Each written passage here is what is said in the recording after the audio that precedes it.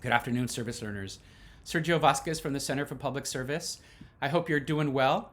I just wanted to make three little points to help you as you wrap up this semester and your service learning experience. The first point is that we've never been here before.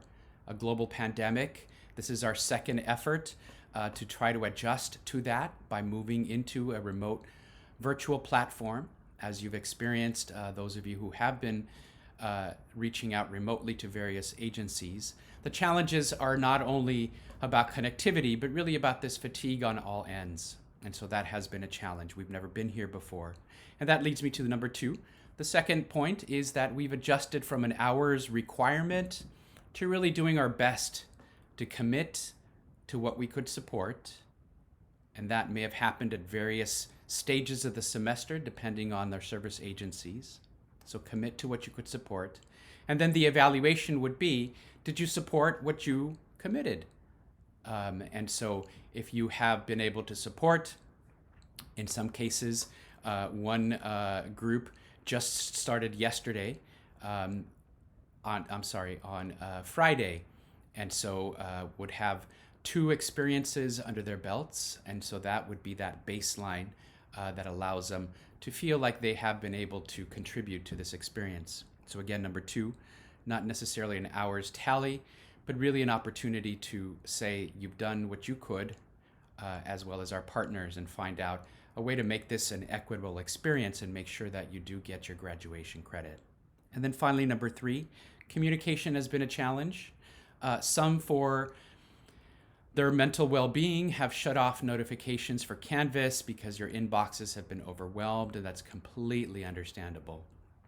So as you look at wrapping up the semester and identifying if you will graduate, for those of you who are worried, we have always said that any extenuating circumstances from our partners or the people with whom you work, you will not be penalized for those. And certainly this pandemic has reached a level where there have been a number of disruptions. So identifying the reality that we've never been here before and we're figuring this out as we go along. And 2, that we've moved to an hours equivalency based on what it is that you could commit and then following through on those commitments.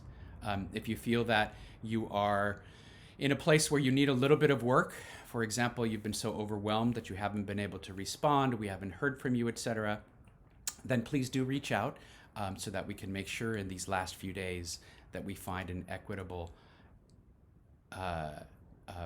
midpoint, baseline is what I was thinking about. And then finally 3, look through your Canvas announcements, etc. Make sure that you haven't overlooked anything to make sure that those little details that have been so difficult to follow through on are not something that will hinder you on this. But again, we thank you for your flexibility, creativity, and certainly patience.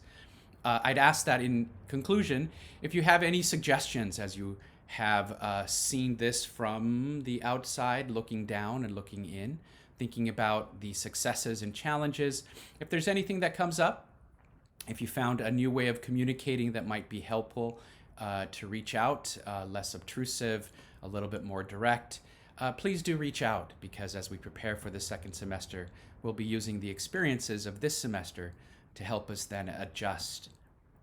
There's a saying that insanity is basically doing the exact same thing over and over and expecting a different result.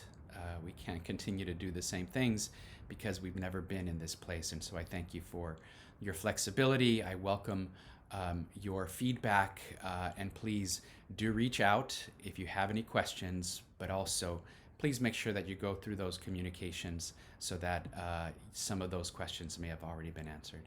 Thank you so much. Please be safe. Continue to wear your mask, practice those social distance protocols, and stay safe and keep others safe. Peace.